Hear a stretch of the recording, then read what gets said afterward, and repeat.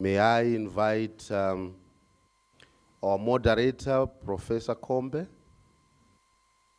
and our panelists for the afternoon session.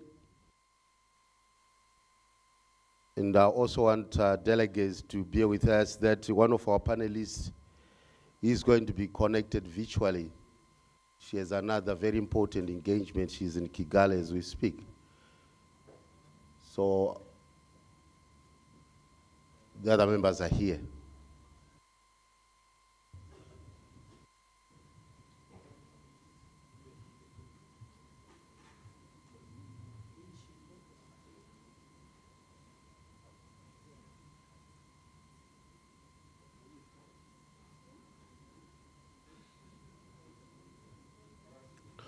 We are also calling for another panelist, Georges, to come up.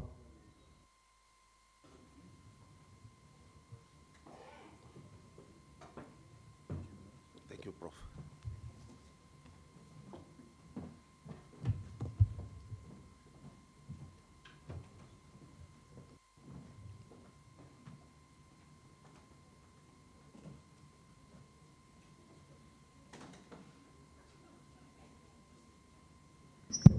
Good afternoon. Good afternoon. My name is Commissioner Kombe from the Public Service Commission in Zimbabwe. We're facilitating this thematic group title you are seeing, Building Institutional Capacity at National Level through Deployment of New Technologies to better manage, coordinate, and implement the Africa Continental Trade Area obligations. I think in the previous presentation, you basically got to understand the issue about public institutions and the issue of technology. And I think we all know that most public institutions have been very manual, and it's only after the advent of COVID that we started talking about digitalization, how our processes can be driven by digitalization. And we're beginning to see investments in digital infrastructure, broadband, cloud computing, big data, artificial intelligence. However, there is a strong human dimension because we can have all those technologies and still operate inefficiently because we have not made the necessary investment in training. And the other issue is that as public institutions, we have necessary bureaucracies. I say bureaucracies are checks and balances that allow our institutions to function. So how do these bureaucracies work in a digital platform? To assist us, we have a unique situation where we have 3 resource persons. The first one, who is not with us, is Ms. Treasure Mapanga. She's in Kigali, and she is in an engagement right now. So instead of being a panelist, she will start the first virtual presentation.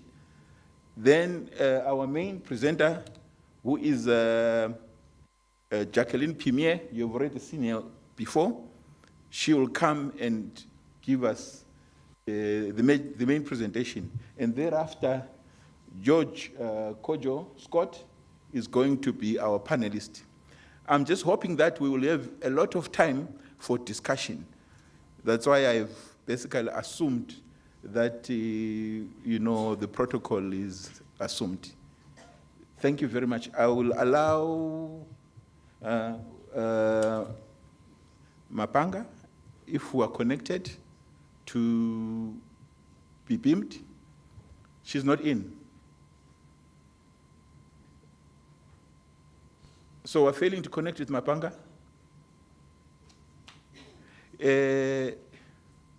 Are we failing to connect? So we can continue with Jacqueline.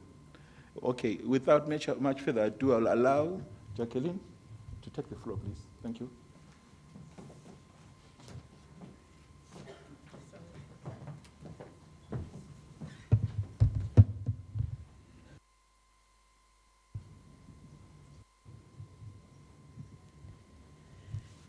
Good afternoon. I'm sorry you have to see my face again and hear my voice twice in a row. My name again is Jacqueline Pimer. I work with the African Trade Policy Center, which is a part of UNECA, Economic Commission for Africa in Addis Ababa. I was requested to make a presentation to inform us about the how to use technologies to better coordinate, manage, and implement the African Continental Free Trade Area. And so my role, I beg to stand on the existing protocols. So my role is very simple, and I try to simplify my presentation as such. I always give myself an opportunity to do some sort of sensitization. That's why my first part of the presentation is really about the ACFTA.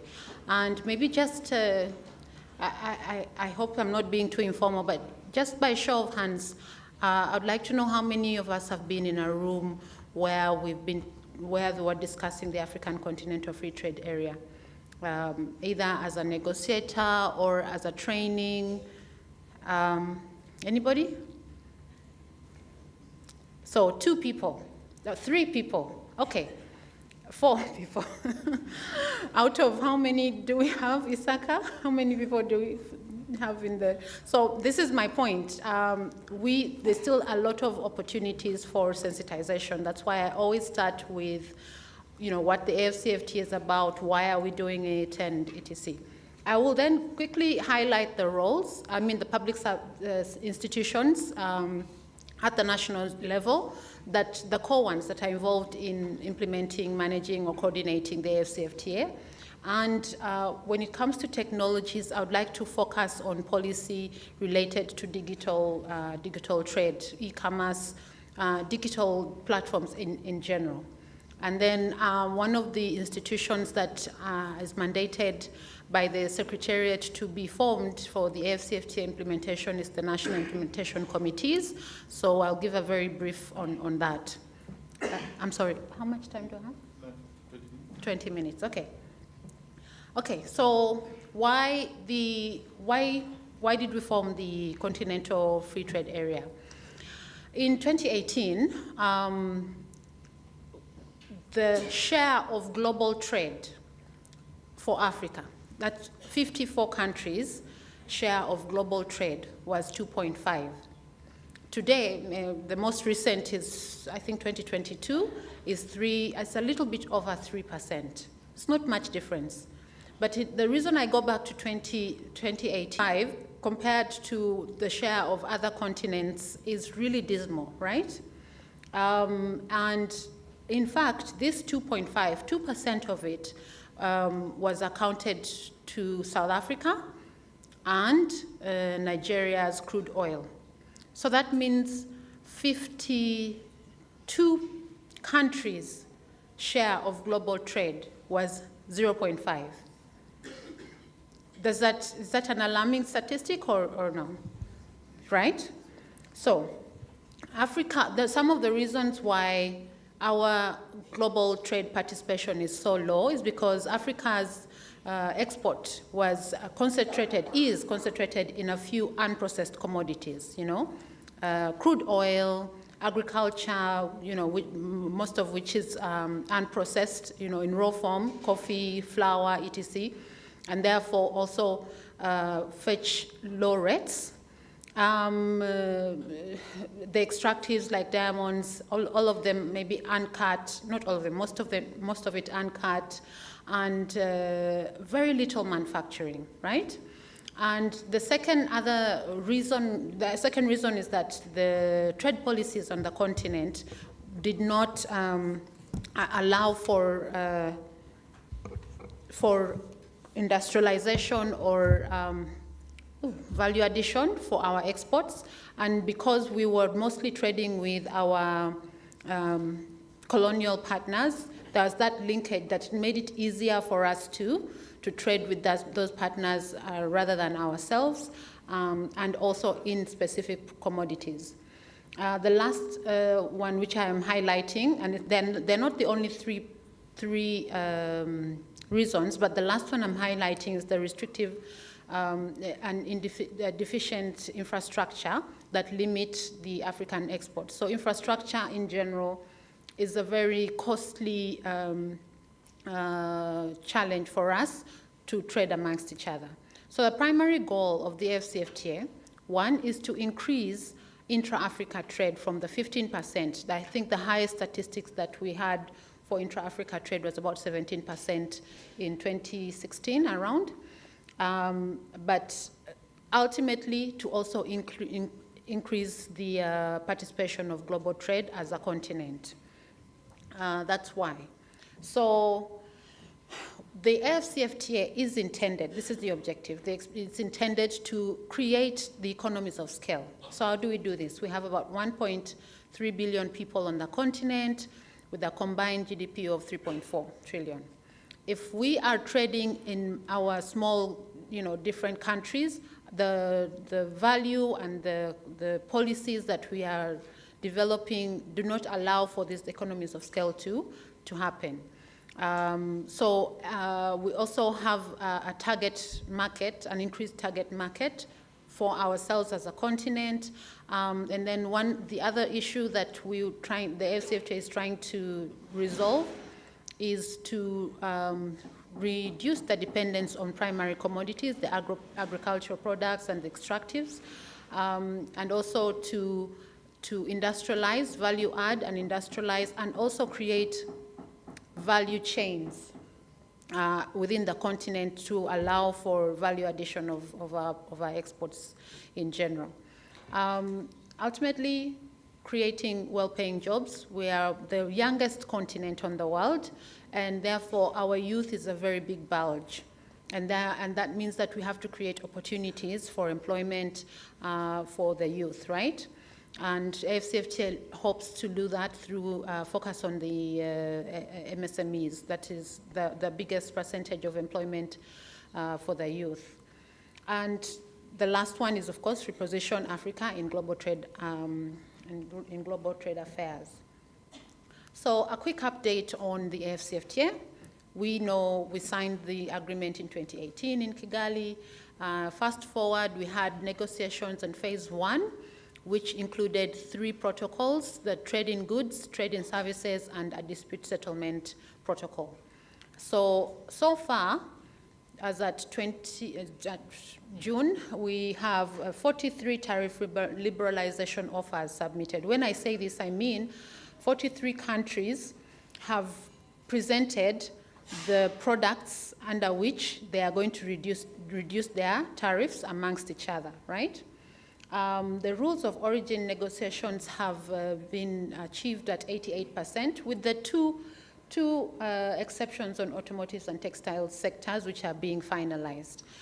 Rules of origin are really the passport for products. It means that for a commodity, a pen, for example, to qualify as an African product, it means that either it's wholly produced by this country in Africa, or it's sourced, different components are sourced by, majority of the components are sourced locally, and maybe just the labeling or the color is sourced outside of Africa. So those are the rules that are set for every product.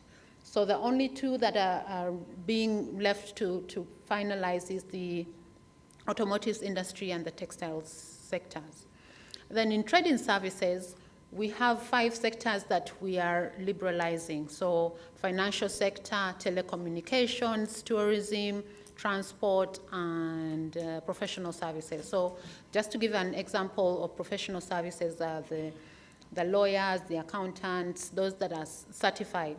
And it means that we have to set rules to allow, that allow either the entry of these services into our countries, or how they are operated, so that they're not discriminated from the local service providers.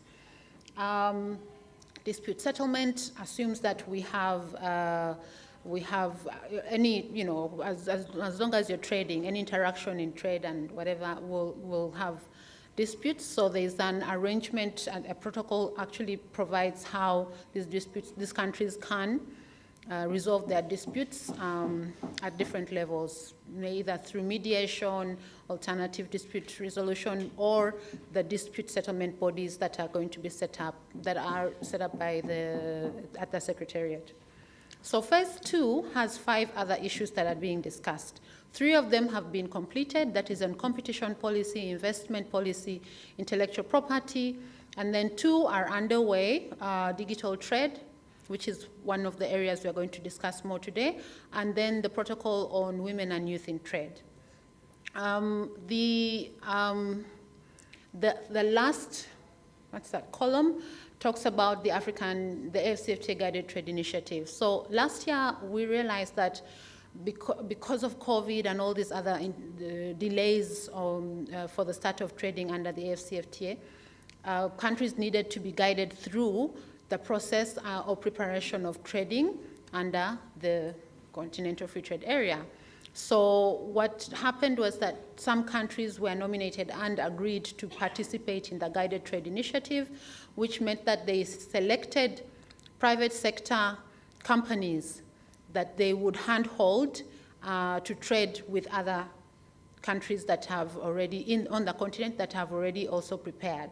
So I think the first trade happened between Kenya, big brothers, and Ghana in batteries and something like that. So it teaches, it sort of highlights the processes that private sector should go through to get their goods ready and certified, and also for tariff reduction on the other side of the border in the continent. Some of the other issues that I wanted to talk about that are ACFTA related and that also interest you are, okay, so I've talked about already the rules of origin, the online mechanism for monitoring and reporting non-tariff barriers. Now,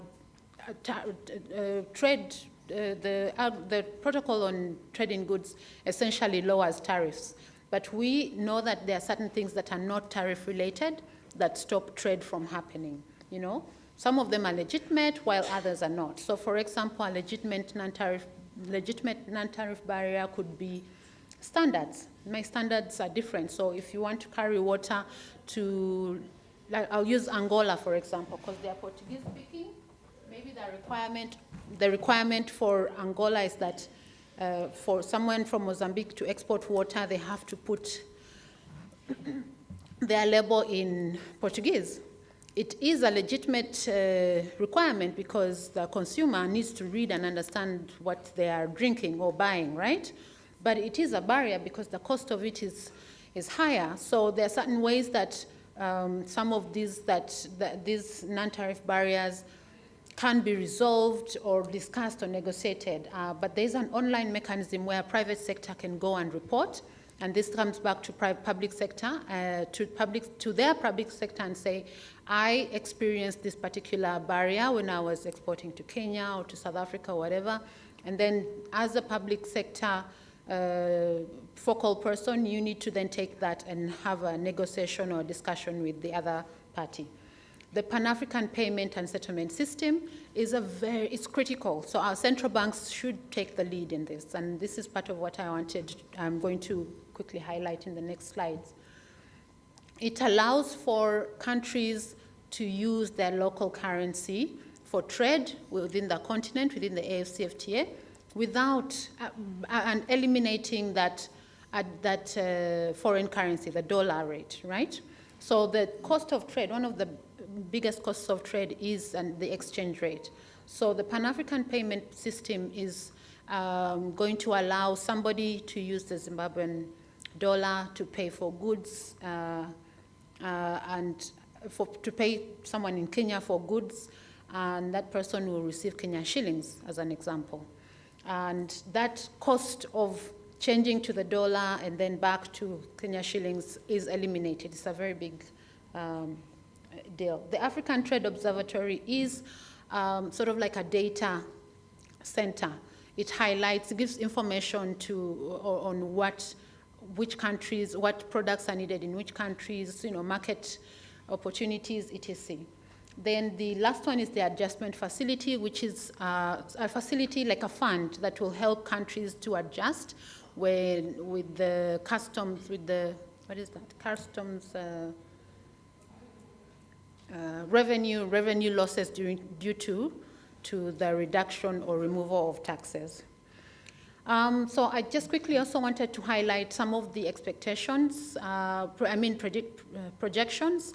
At the ATPC, we do these simulations to show the benefit or, lack thereof of the ACFTA in different sectors.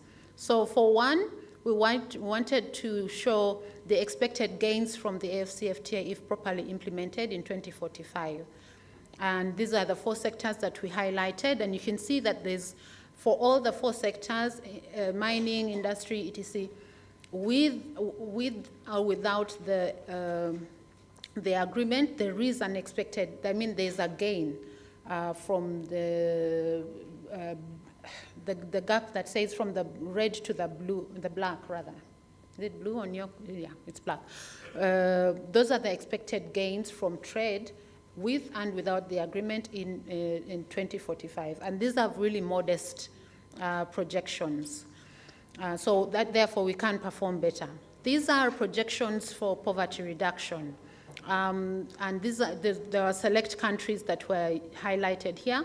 So you can see, for example, that some countries, I'll take Uganda, my country. In 2016, our poverty level is 41%.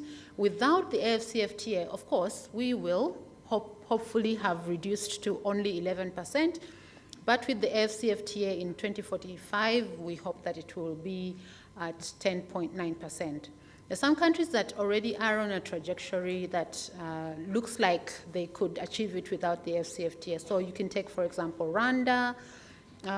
What is that? So we can ultimately perform much better than this in 2045. So I just highlighted also the key institutions and their roles here for us to, I'll just go quickly so you can see the whole picture. So the main institution that works on the ACFTA at the national level is the Ministry of Trade or Commerce, depending on what has been designated. Most countries designate the Ministry of Trade. And they're the ones who are the coordinators. They're also, the chief negotiators also come from the Ministry of Trade. The technical persons who attend the committee meetings also come from the Ministry of Trade. The other important one is finance. And I highlighted here the Customs Authority because they're the ones who implement when the goods and people are crossing the border, they implement those customs, the rules of origin, the tariff reductions, the collection of tariffs generally. The last one on this page is the Ministry of Agriculture and also in industry. For some countries they're separate, while some countries have the same ministry in one. So the agricultural ones, they are responsible for most of the commodities related export. And then I also highlighted the bureaus, standards bureau or standards offices there as well that implement standards, product standards in the country. It's taking long. So then we go into Parliament. Parliament is a very important institution because they are the final say when it comes, one, to ratification of the agreement and implementation.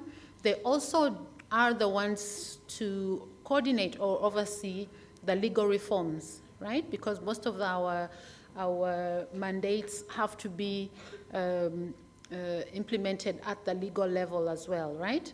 And then together with finance, we do budget allocations for implementing the ACFTA. Infrastructure institutions, some of us have it as Ministry of Works or transport, etc., the civil aviation, all of that, that have the responsibility for infrastructure development within the country, but those are also the same institutions that we work with when we are doing the transport corridors. For some of us in East Africa, we have a few transport corridors that are happening. One of the ones that ECA is helping coordinate is the LAPSET, which is the Lamu port from Kenya, which is a much deeper port on the Indian Ocean than any other, through South Sudan and into Ethiopia. So Kenya has already, for example, done the port and a road into South Sudan. So South Sudan government has to also now implement their road, connecting it from the Kenya border all the way to the Ethiopian border, and then Ethiopia would then, take it on from there. And that's a way to provide all this connectivity in the continent. There are other sector regulators, especially for the services, the trade in services protocol. The central bank, for example, is the main coordinator for financial institutions. So they will have a play in coordinating financial services, banks that are moving. But also I put the central bank here because of the Pan-African Payment Platform, because it's a private sector led initiative. The banks have to actually agree to sign up and allow a payments in local currency from other African countries. But this is also something that has to be facilitated by the central banks. Professional bodies, for the lawyers, etc., they have to also address the limitations that are either removed or allowed by their country on their specific sectors. For example, lawyers have to be able to reform their laws or requirements to allow other lawyers from the continent to practice within their jurisdiction, or or address or provide guidelines on how the foreign lawyers can actually practice. Same with telecommunications authority and tourism and the like. Other institutions that will either have to be put in place or have to be skilled in terms of the ACFTA relate to intellectual property officers, competition authorities. Many of the countries on the continent do not have competition authorities, so this is something that the protocol is saying that maybe we should have one African competition authority to deal with the matters on competition. The investment authorities, and then the authorities that are coordinating the regional integration communities, the SADC, the East African Community, ECOWAS, etc. Because the RECs are actually a building block. So I focused particularly when it comes to technologies, I decided to narrow it down to digital trade because that's what we do as ECA, but also that's really one of the big issues when it comes to technologies and servicing. Generally, Africa is lagging behind other regions in digitization, and that also includes the public sector. So e-commerce became more important. Our moderator already mentioned about how COVID-19 brought the realities of us prioritizing e-commerce to the front as just a tool to facilitate, especially SMEs, because now SMEs can have everything online. They just need to be skilled on how to do that. But as public sector, we need to also put in place policies and laws that facilitate that kind of trade. And at the ECA, we have had, we are on our last actually tranche of work for studies, what we call the Digital Trade Restrictiveness Index. So far, we have worked in 29 countries to do research on the digital-related policies and laws, and even just practices for where there is a lack of policies or laws or regulations that hinder digital trade, that maybe the capacity or the infrastructure is not existing, or, So in general, I just wanted to highlight the policy areas that we look at. We have the infrastructure. What kind of infrastructure is being used? Is it cable, wireless? How many people subscribe? What are the laws that regulate subscription, or even just connectivity issues? How urban versus rural connectivity, electronic transactions? Are there laws that actually regulate electronic transactions as a seller of maybe, let's say, water on my electronically. What also need to be regulated by us as the public sector. Intellectual property rights and other barriers. So we have a lot of this data if you want to see online on our ECA page. I just wanted to highlight some of it here. This slide gives us an indication of the performance of countries when it comes to how restrictive it is. And I am sorry to say that the last country on our left is Zimbabwe. And if you can take a look at our host, please take a look at the restrictiveness when it comes to the infrastructure. It shows that there's a gap, that the infrastructure for digital trade is still wanting. The other one is electronic transactions. There's a little bit of maybe a lag in providing laws that regulate or transactions when they're on the electronic platform. Same with intellectual property. So there is a scoring that they do. It's very mathematical. We won't go into it, but this is generally how we're performing on the country. We have, let me see. The best performer is Ghana, if you can see from the countries that we've done so far. Ghana is 1, 2, 3, number 5. And you can see Kenya as well is doing very well. Yeah, so some of the countries we need help. For example, Uganda, you can see for the STI score is right up, the dot is actually way up above the graph for the score of Uganda. But that's, that just gives us, it's not a criticism, it just gives us a score sheet, maybe where to improve in our services, especially as public sector. Okay, this is my final slide. The ACFTA requires that every state party actually has a national implementation committee.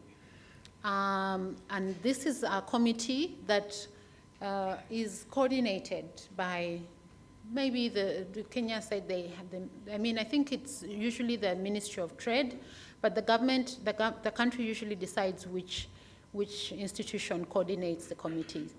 Some countries have decided, for example, that the National Trade Facilitation Committee will act as their implementation committees for the ACFTA. Some have formed a new committee, and it's all at it's all determined by the countries, right? But the core thing is that they're the ones that this committee is the one that actually implements the ACFTA. They're the ones in charge when it comes to implementing the ACFTA at the national level. At ECA, we have supported over 40 countries in developing the implementation strategies. I already mentioned that. And one of the areas that we focus on is to allow for the implementation of the National Implementation Committee. I mean, for the formation and actually activation of this committee.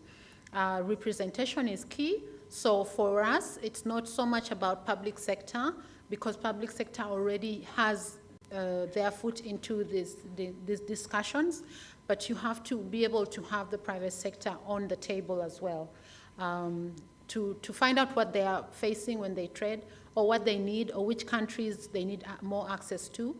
As an example, in trade and services, you can list sectors where you're I've forgotten the word it's called, but where you want another country to open up, and you go and ask. But you can't know that if your private sector doesn't tell you that we want to go to this country and do this kind of service.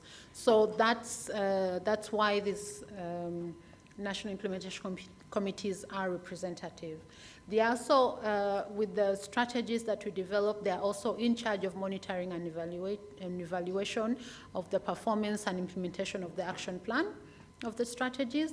And finally, they also have the mandate to resource mobilization for the activities in relation to the ACFTA implementation.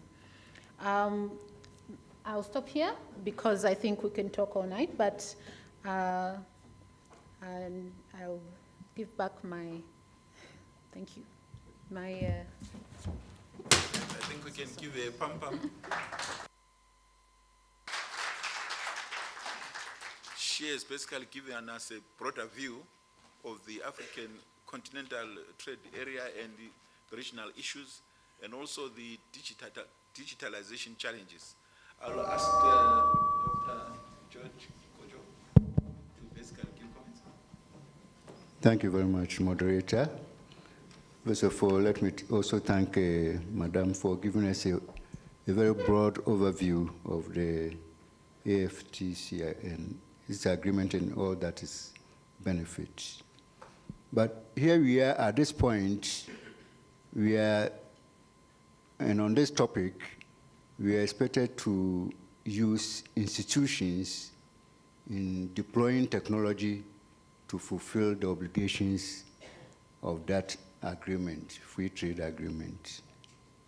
So the institutions on our continent will be expected to deploy technology not only in their specific countries, but across to other countries. For example, I'm from Ghana, and I live and work in Kenya. So institutions in Ghana deploy technologies to connect issues in Kenya, Morocco, elsewhere. Yes, after COVID, or in course of COVID, we were able to see the relevance of technology and to work much on it.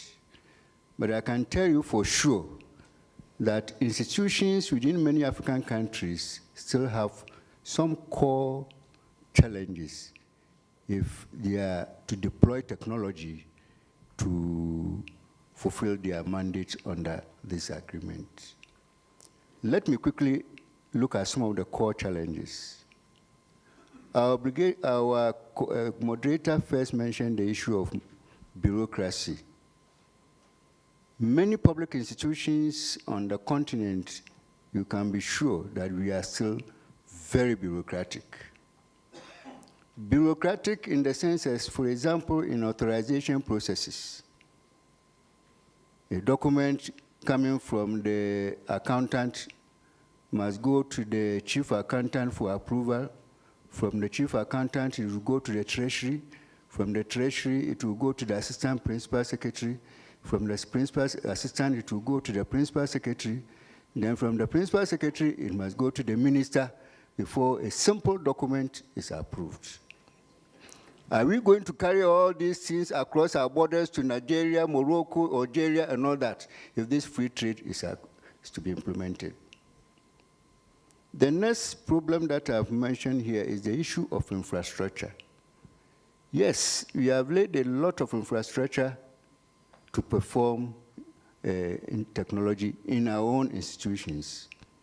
But today, I can tell you for sure there are some offices that there are some locations in the same ministry, in the same department, some part have the internet. If you go and sit at another part of the office, you will not get internet. So the infrastructure itself is so unpredictable, so low. Even within our own institutions, how are you going to carry this to other countries? There's a critique that even the infrastructure that we have in our institutions are not properly linked to the citizens and the public that we are serving, true or false. So you see that we are, even if where the structures are okay, the infrastructure is okay, we as institutions are not serving ourselves. We are supposed to serve the public. Are you serving the localities? Are you linking well with them in terms of technology? We must answer these questions. The next issue is on the issue of human capacity in our own institutions. I can tell you for sure that most of us are holding very sophisticated phones. My phone, I bought it at about $3,000. I'm sure some of you bought it at $5,000. But the only thing we use it for, telephone call, WhatsApp, and text message. We don't even know how to use the phone for Zoom and Twitter and Facebook. I'm telling you. So how are we going to transpose this from our institutions to other institutions and to Nigeria, Morocco, Tunisia, and the rest? We really need to do some homework. The next issue is on finance and budget. I don't want to talk much about this because we are always complaining, we don't have money, the budget has not been approved, and so on and so forth. So if your budget has not been approved 6 months after making promises, how are you going to deploy the technology to other countries? And the budget that we implement themselves, we lay down nice budget, but they are faulty. We lay down nice budget, a minister will go for a ministerial campaign, like the way Zimbabwe you go and make promises and come and distort the budget. You understand? These are some of the things. The next thing is issue of regulations. Regulations of our technological issues on the continent are known to be very scattered. Regulations on internet, regulations for this, regulations for Facebook, and they are all in different papers. We have not cohesively brought them together to ensure that we'll be able to fulfill them. We need to work on them. Many institutions work in silos. Ministry of Trade, Ministry of Health, Ministry of Madam mentioned Agriculture and Parliament. I can tell you for sure that the Ministry of Agriculture doesn't know what the Ministry of Trade is doing. You understand? We work in such a silos that even with technology, the connectivity becomes a problem for us. So assuming I'm the PS in Ghana for Ministry of Environment, that was the last department I liked. Do I know what the Ministry of Environment in Zimbabwe is talking about? I don't know, you understand? But before you link it with technology, you definitely must know. That's the point that we are saying. The next issue I don't want to talk much about is the issue of corruption. As for corruption, when we come to public, I don't want to talk about corruption.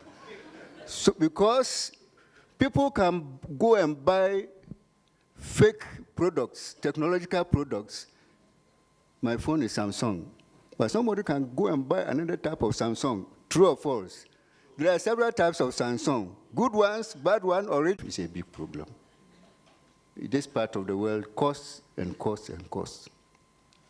Let me leave the issue of national institutions and go to the area of local government. Many of the local government structures are in rural areas. I don't know, I can't tell. Some of them have not even heard of technology. They are eating, growing fat, you know. So technology is more at the national level. But when we go to the hinterlands, but remember that when it comes to implementing technology across our borders, it's not only the national institution, the local government institution. In fact, that is where even the lot of work is. Having briefly explained on some of the issues of the challenges, assuming we are able to do well, what are some of the things that we are expected as institutions to deploy, and how would they look like? Let me look at the issue of trade.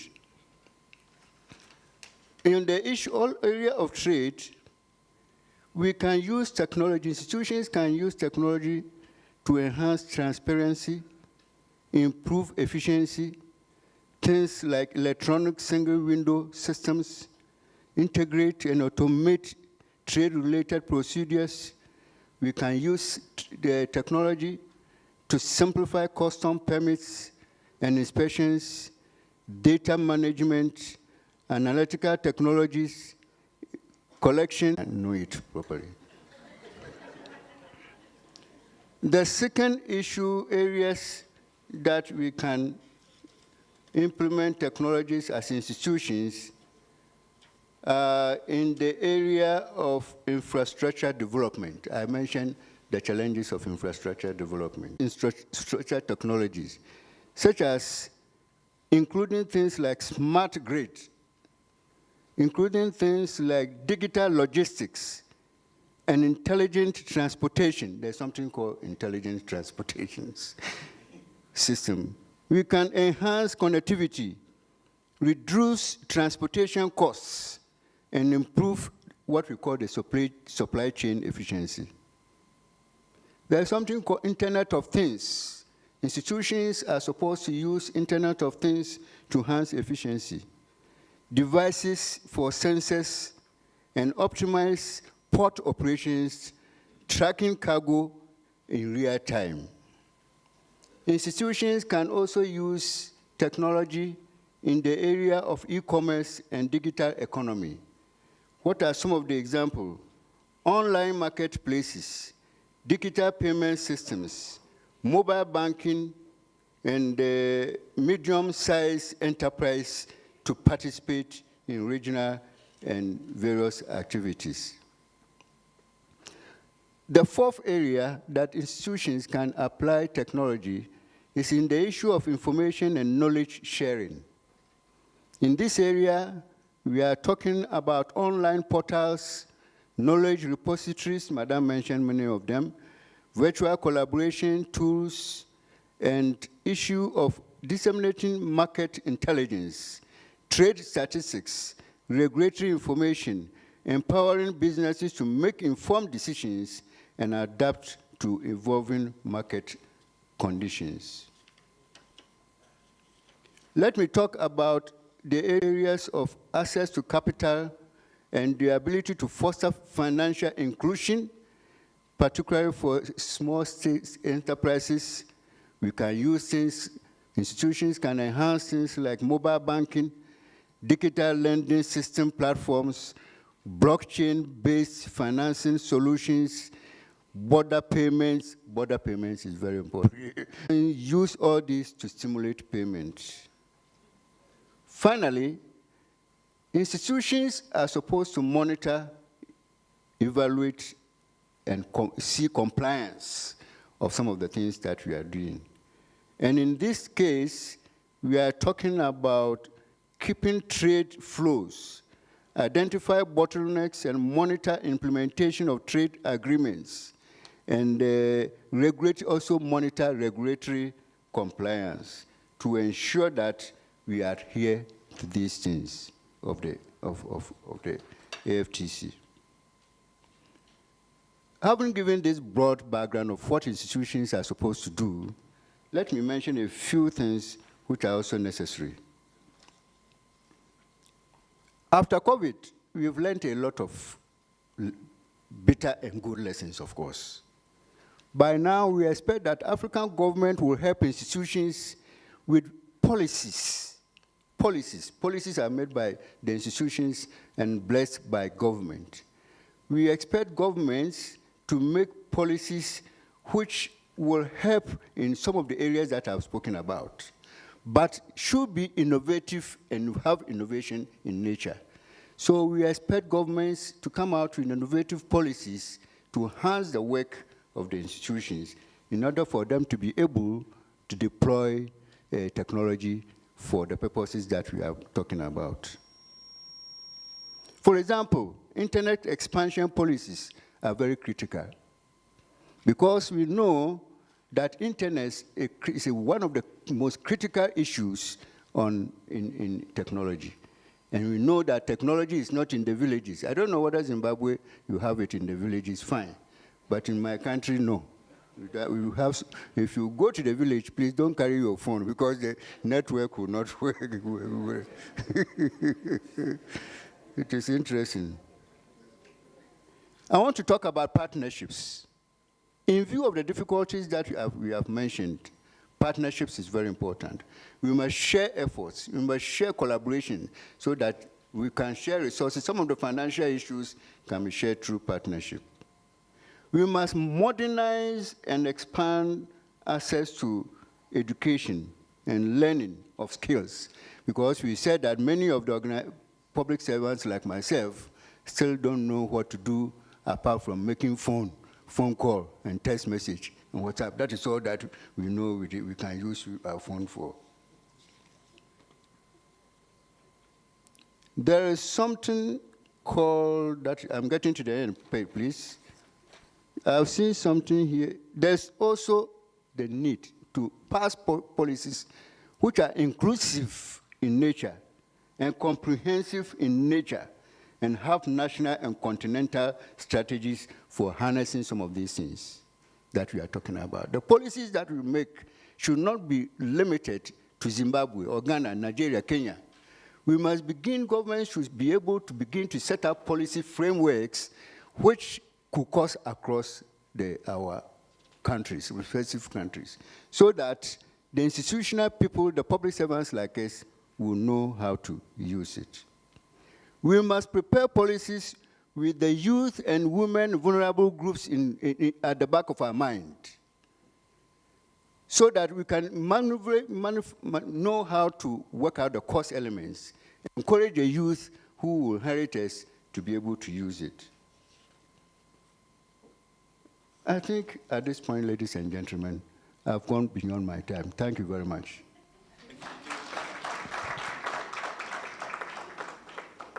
Thank you, Dr. Kojo.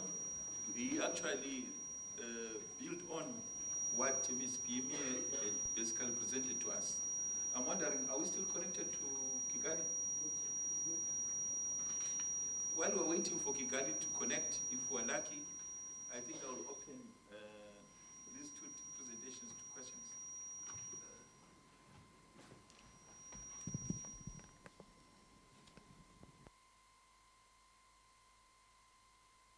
I will start with Zimbabwe and followed by Ethiopia. And there's another hand there. I can't see where you come from. Okay, so we have three. We'll start with the three.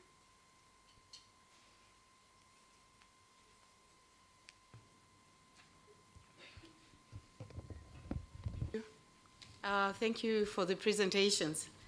Quite, I think they juggle our minds. We start thinking. I just want to reflect. I think it's a lot to take in from the two presenters in terms of some of the challenges that we're facing and the things that we ought to do. I want to look at the issue of digital trade and from a perspective of resistance to digitalization. I want to link this resistance to the notion that it's not like we can't do digital. I've worked with Fair Trade International. I've worked with farmers from all over Africa who have been able to move products from Africa to the north. So I'm still asking myself the question, how is it that this same farmer is not motivated to move a product from their own country to the next country? So linked to that is the question, or our resistance around digitalizations are limiting us to local trade, regional trade, and not international trade. I also want to further ask on these digital restrictions. And thank you for the data that you showed us. I saw that you're making efforts to understand what's going on in different countries. But I want to also ask what you have seen in relation to intra-country and inter-regional networks and connectivity.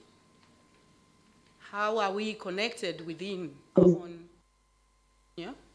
to the next country, but within the regions themselves?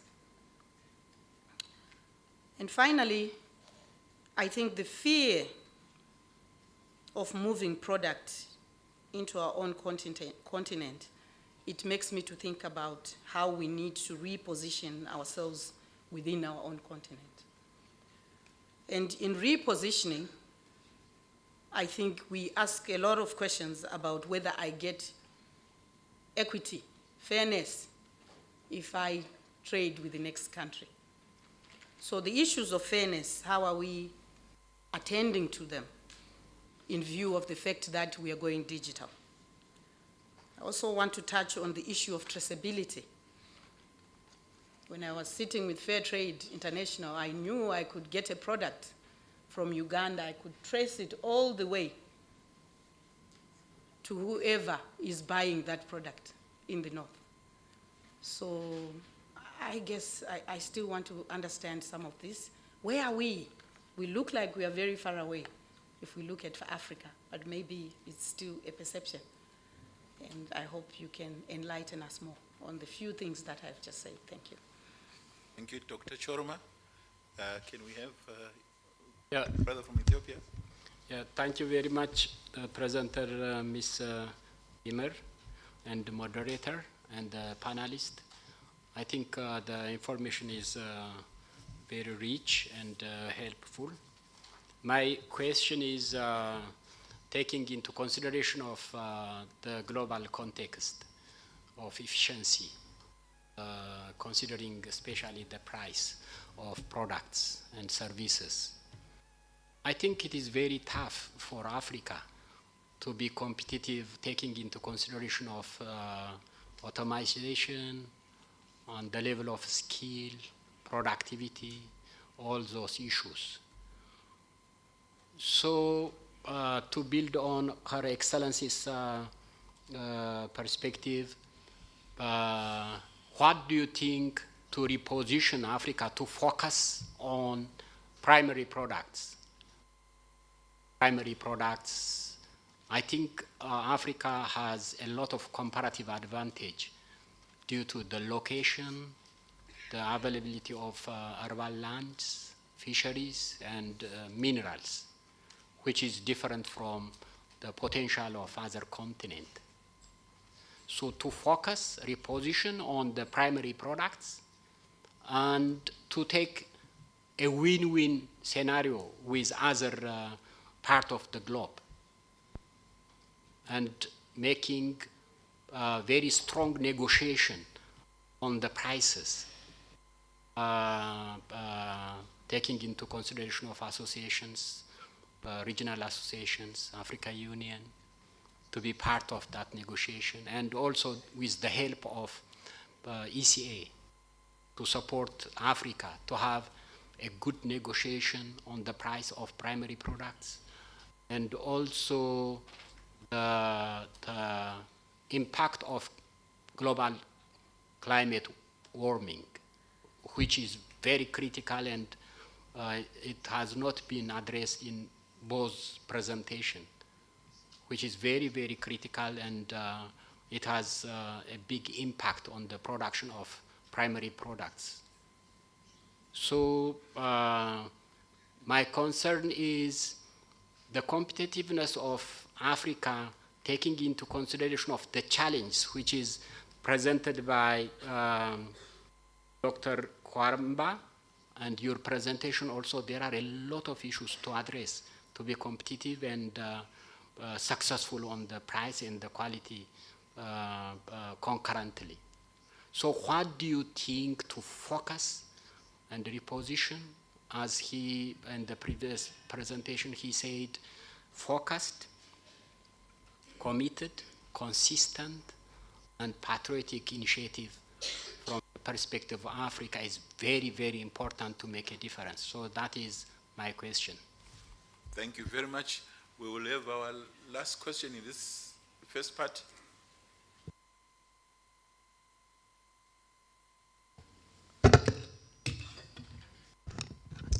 Thank you very much, Mr. Moderator. I would like to agree with the previous speakers from the perspective or point of view to say, where are we when it comes to the African Continental Free Trade Area Agreement? From our side, from my side, it is a very exciting agreement for Africa, because this is the time where Africa can realize who we are and the potentials that we have as a continent. But I've been really attending a lot of meetings where similar information was shared, where people have to raise their concerns. But for me, it's like we are still going in circles. We keep on talking about the same.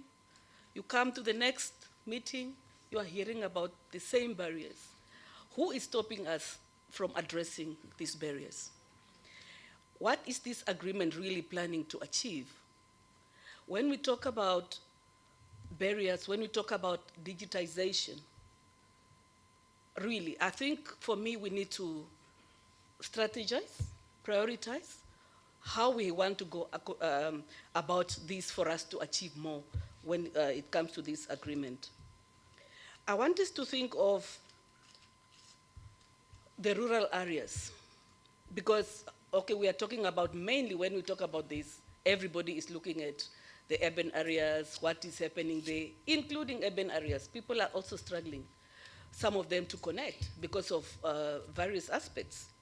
Now you go to rural areas where you want to address, or where you also want to bring women and youth on board. And then now you are going to talk about digitization. That comes already with resources, infrastructures, finances. How are we trying to address these particular points for us to make sure that when we talk about Africa Continental Free Trade Area, it's an agreement that is owned by an ordinary African person as well? What are those strategies that we have in place that can really make sure that even if you go to the furthest rural area in any member state or any country, people understand what it is, for them also to feel that this agreement is really looking at us as Africans. You look at our African banks, I'm sure the requirements are still the same. And they are expecting the upcoming SMEs also to qualify. How? If the requirements are still high, only looking at certain level of MSMEs, how are we trying really to address some of these issues that we have as Africa? Because at the end of the day, we want to achieve with this agreement. It's not just supposed to be an agreement that is rhetoric, an agreement that just brings us together. You talk about it, you go back to your countries, you continue doing things the same, come back again as if you are starting. I think it's a bit worrisome. Maybe we need to start to indicate where we have started and what are those deliberate initiatives that we have in place for us really to change the status quo. Because for us to keep on coming, talking about the same barriers, as if we have no solutions, it's really worrisome for us as Africa, because this is supposed to be an exciting moment for us to show the world out there that, yes, indeed, Africa can do it by themselves. So let us try to really address the bottlenecks, those barriers that are hampering us trading among our continent. It's just in general. Thank you. I think we'll stop there for now. Yes, thank you for the incisive questions. I will give Ms. Pimier the first chance, and then Dr. Kojo, you wind up.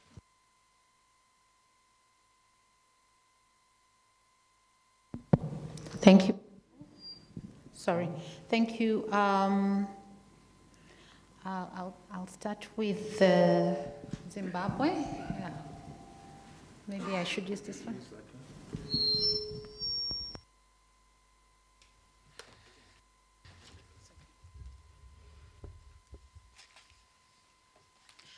Okay.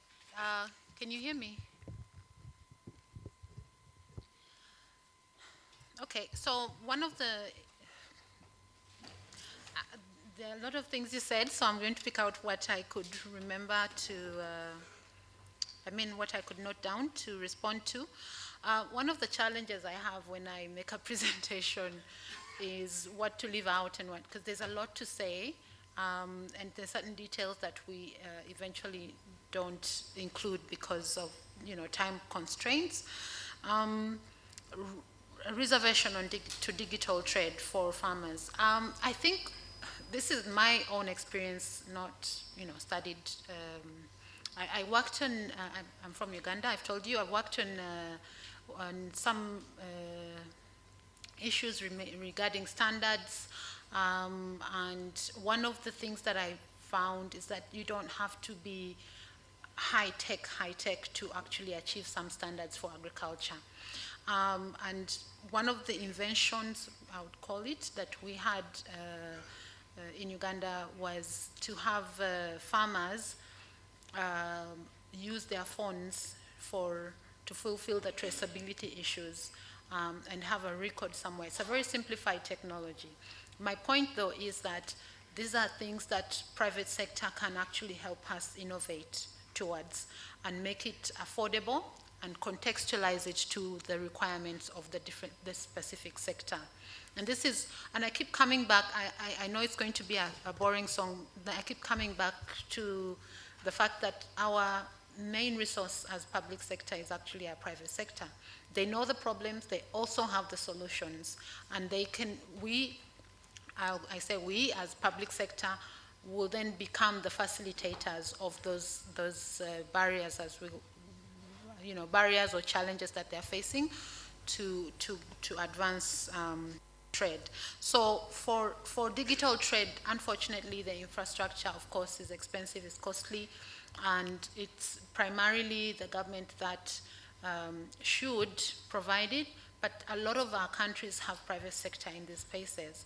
And this is where partnership with the private sector, again, is very helpful. So the laws can then facilitate this building. So I was in Eswatini recently, and one of the discussions was actually the digital divide.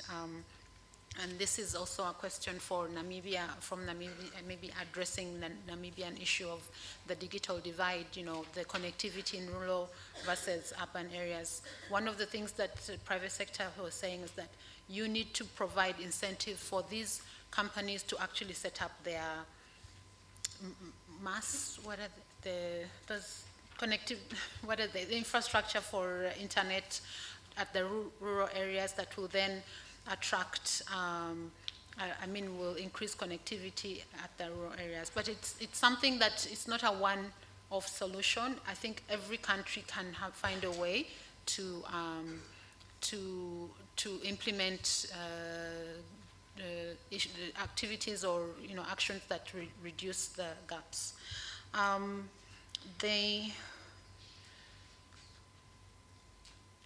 The question from Honorable from Ethiopia regarding what to focus on, I think that's what you said, like what to prioritize, right?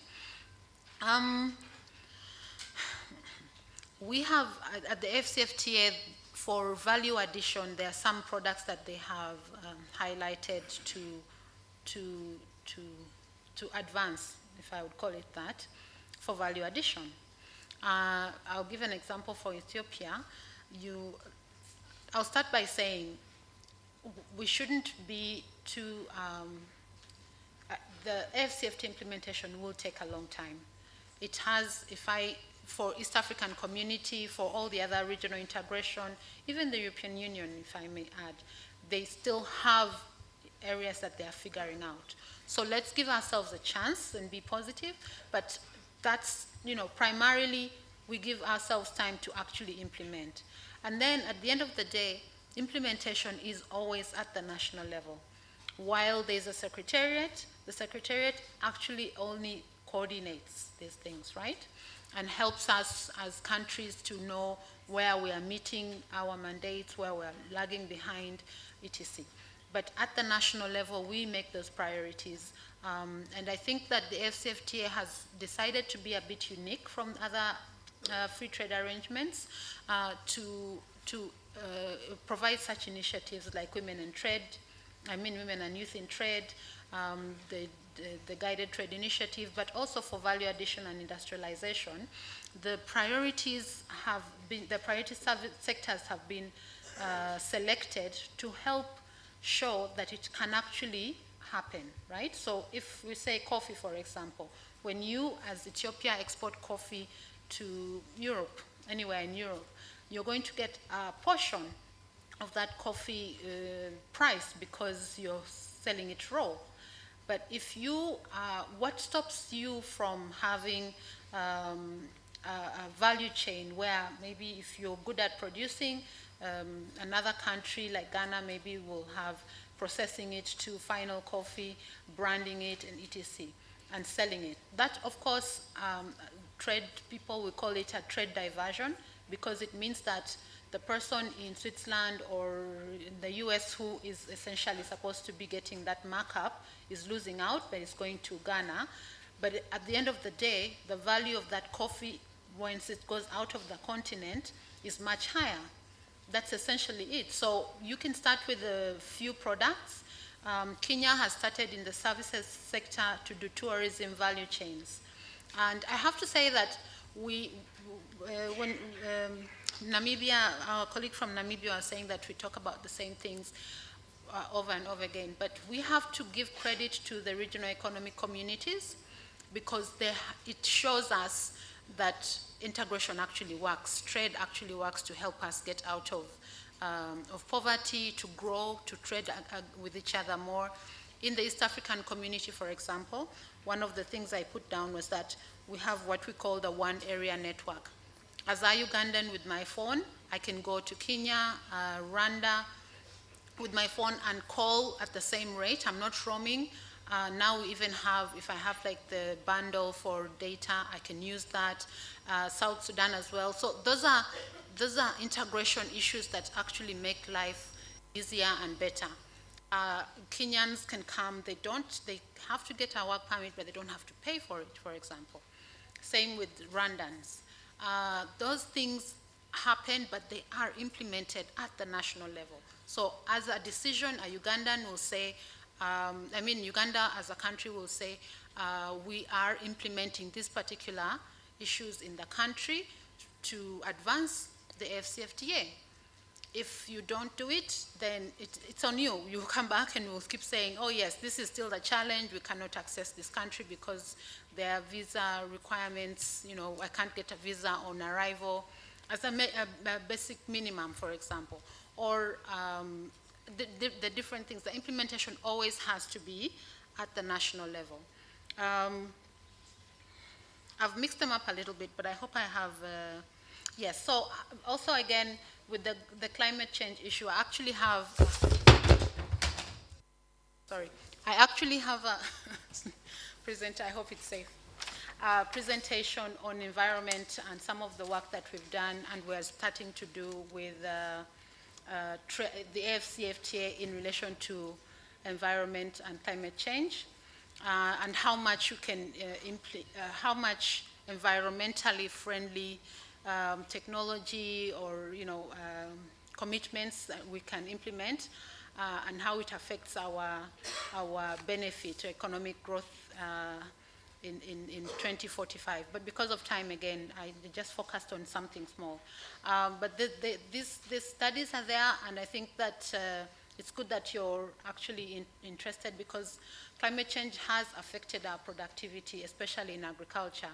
And since the continent mostly exports agriculture or produces in agriculture, it will continue to affect. But there are also ways, it's still an expensive, costly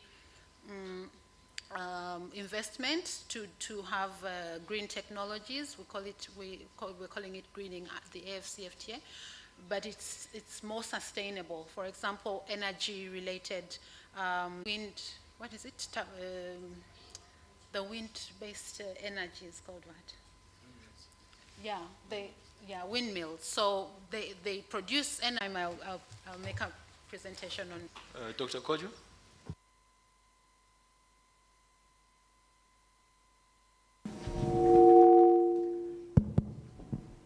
Thank you very much for those interventions. I take it that all the three speakers were only complementing, making additional values to what we said. I don't necessarily take them as questions. So let me also run around some of them. The first one was talking about resistance to digitization, the issue of who must build the infrastructure, and the fear for some of these things, requesting for equity and related matters.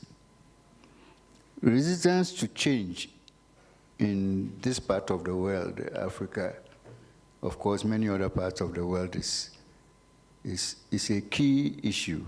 And those of you who do some of these studies on change and change management, you will know that it is a typical problem area.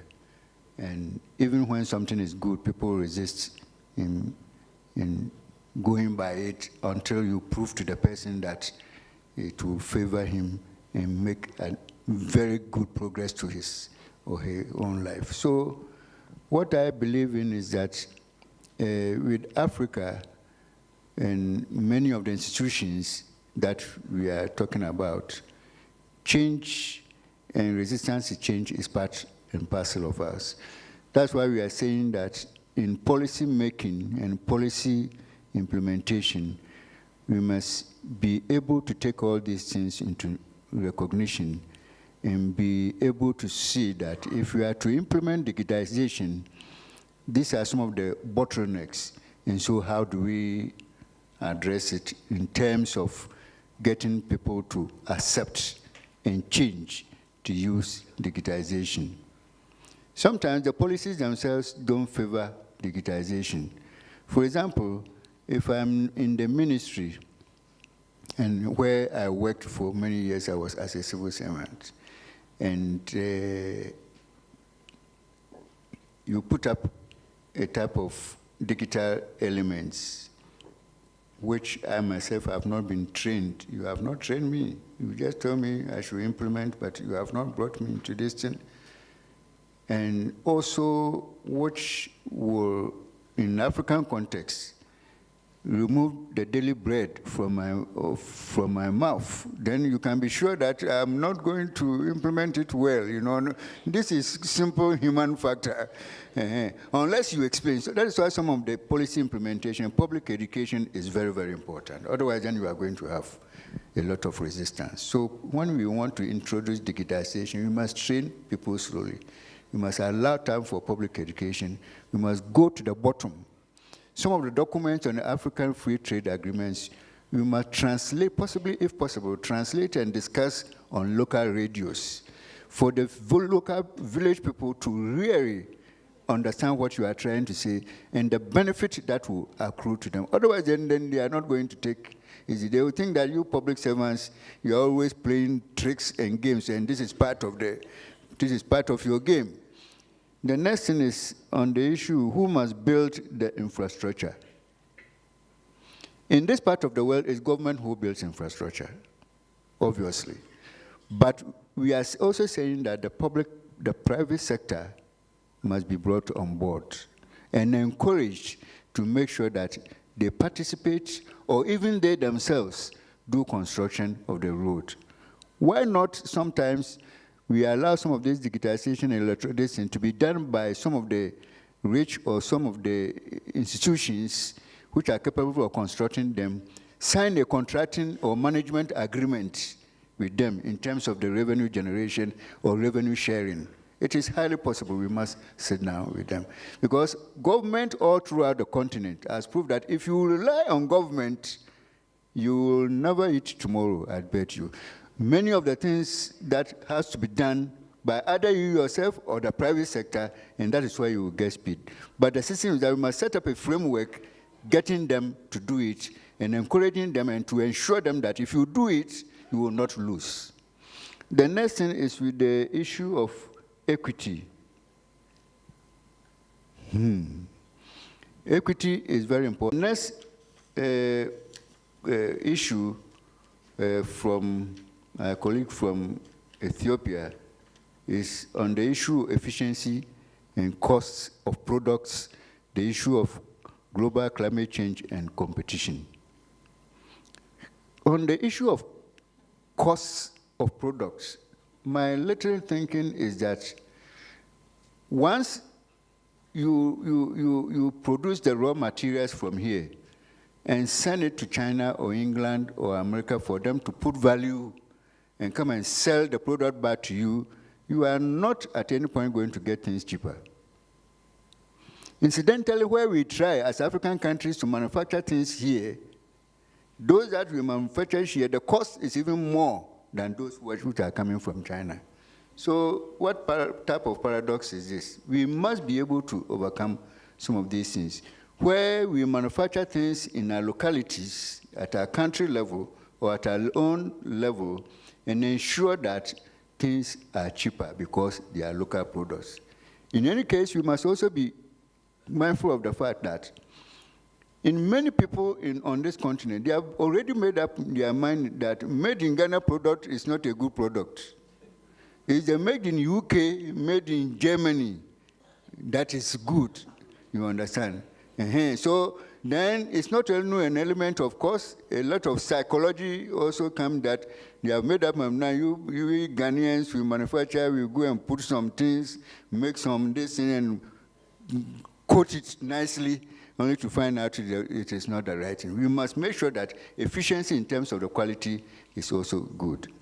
On the issue of competition, in Madam's explanations, I think she elaborated very well on the fact that African countries, sometimes we are not competitive. After COVID, we are doing well. There's a lot of information also to show that as a continent, many countries are doing well. When it comes to technology, Rwanda, Morocco, Madam cited Ghana as some of these things, some of the areas they are doing well. So we can do well. Let us not discourage ourselves. We can do well. We can be competitive. All that we have to do is to encourage ourselves to get there. As for climate change, global climate change and its effects on some of these things, you see, since the whole world started talking about climate change and global climate change, look at it very well. We are not making a lot of efforts. We go for a meeting, take a decision, we come. Then the next year, we go for so-and-so forum, we come, and they will repeat the same issue. The rainfall, the climate, and all that are the same. We need to look at these things and the way we implement our things. Otherwise, this digitization and all that is also going to be affected. You see, it's a system. Once one aspect does not work, other aspects may also not work well. We need to be very, very careful. This is not to say that we are not doing well. There's a lot of information to show that we are doing well in many areas. The last area is on the issue of who is addressing some of the problems that we come here on African free trade. Who is addressing them? And why is it that for such a very important policy, we are still fumbling with it? Madam, that is one of the saddest things on this continent. Such a brilliant policy, such a policy that everybody knows on this continent. Nobody has uttered even one word against this agreement, yet its implementation has become a big issue.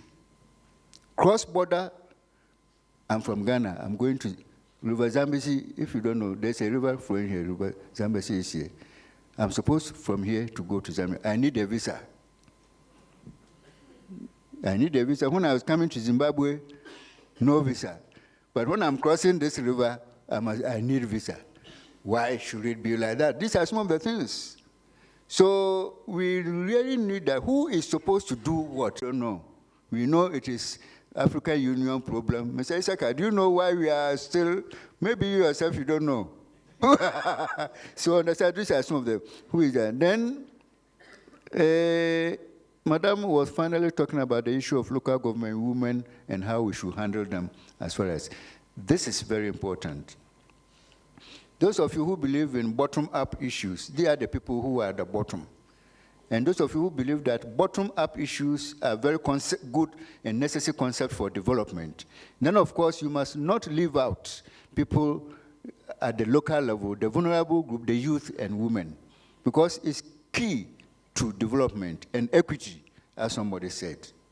We must really make sure that in our policy frameworks, day-to-day policy frameworks, these factors at the bottom are considered as much as well. So I felt I should also run commentary. Thank you very much.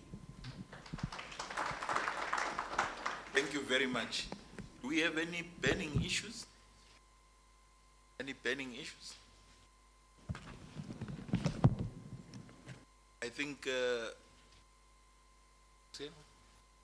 without much further ado, I'll ask us to thank our two panelists and presenter for basically making their contributions. Thank you.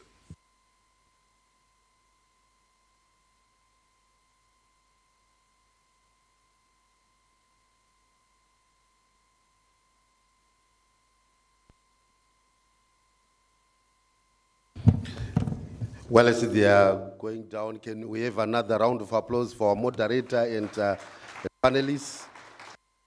It was very, very good. Once again, ladies and gentlemen, we now go on the session, take the tea break. After tea break, delegates are free to visit our exhibition booth. So now we can take our tea break. From the tea break, delegates are invited to the exhibition booth just outside at the gardens. I thank you. Protocol, can you come and show and lead our VIP where we are having our tea, and also lead the rest of the delegation where the tea is.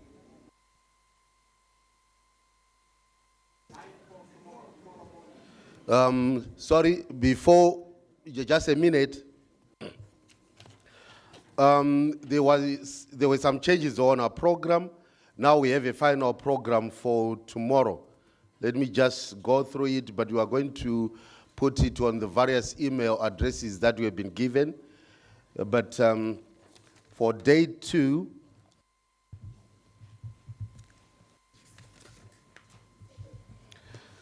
we are starting our program at 9 o'clock. That's when we have our first session. And we expect delegates to be seated by 8:30, so that our program kickstarts at 9 o'clock. And then the first session is on a developmental public administration that creates an enabling environment for investment value-adding industry to maximize the benefit of ACFTA framework. That is the first session that we are going to do, and then the others will follow suit. Thank you.